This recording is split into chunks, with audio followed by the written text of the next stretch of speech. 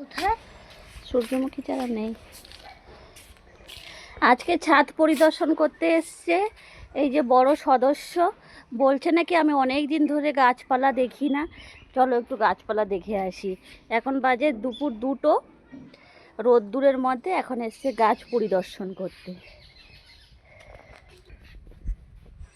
হাত দেবে না বাবা, ফুল নষ্ট হয়ে যাবে। সুন্দর না বাবা?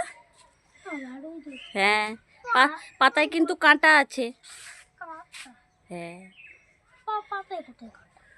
বন্ধুরা, কেমন হয়েছে কুড়িটা? ফুল ফোটার অপেক্ষায় কিন্তু আমিও রয়েছি, আর সাথে তোমরাও কিন্তু অবশ্যই থেকো। ফুলটা কেমন ফুটলো দেখাবো কিন্তু।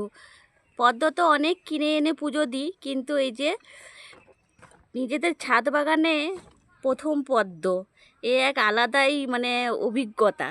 আর এই যে সাথে আরেকটা ছোট্ট কুড়ি,